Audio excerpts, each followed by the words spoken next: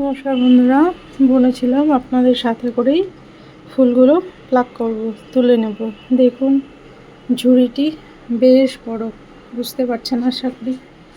আগে গাঁদাগুলো থেকে শুরু করি। এর আগেও একবার তুলেছিলাম, ঝুড়ি ভর্তি দেখিয়েছিলাম, কিন্তু আপনাদের দেখানো হয়নি। দেখুন এক একটা ফুল কত বড় বড়। এই যে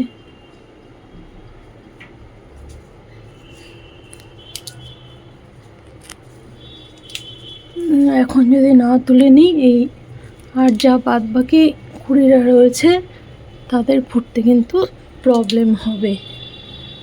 তো এই সময়টা এদেরকে তুলে নিতে হবে, কারণ এরা ফুটে গেছে।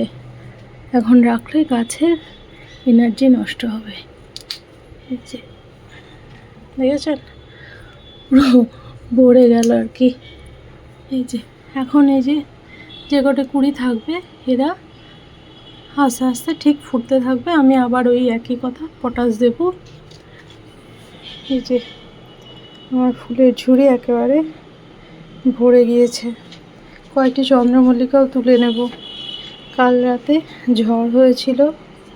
এই যে দেখুন, এই ডালটি পুরো ভেঙে গিয়েছে। যেহেতু এটা এসির ওপরে রাখা ছিল, তবে স্পেন্টগুলো নেব না, ঠাকুরকেই দেব যখন। তবে এগুলো নামিয়ে দেব, এখানে থাক। কি বড় বড় ফুল, এই দেখুন। একটু দেখাই বন্ধুরা, এই দেখুন, দেখেছেন কত বড় বড়। এই যে কুড়ি রয়েছে এখনো, দেখছেন, সেগুলোও ফুটছে। এই ডালটিকে বাঁধতে হবে। এই যে পুরো মানে এই সাইডের ডালটি ওপর দিয়ে গিয়েছে ঝড়টা।